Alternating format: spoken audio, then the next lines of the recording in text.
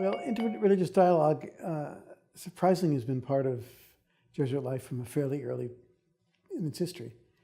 And one of the reasons for that is that that the second rule out of the summary of our rules is our vocation is to go anywhere for the good of souls.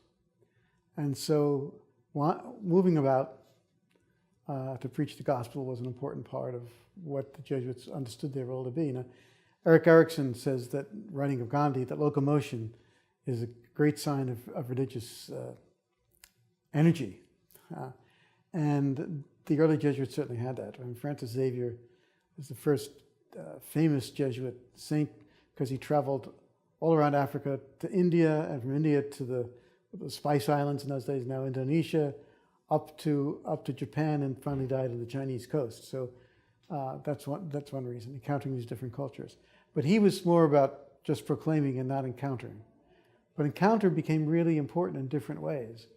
The most famous encounter, of course, is the encounter with the Chinese, with Matteo Ricci, where they really tried to engage Confucianism and present Christianity through the lens of Confucianism. So the travel is one aspect of it. Another is that in the spiritual exercises,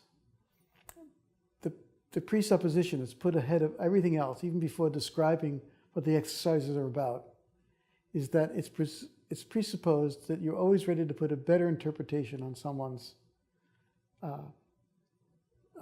convictions than to condemn them.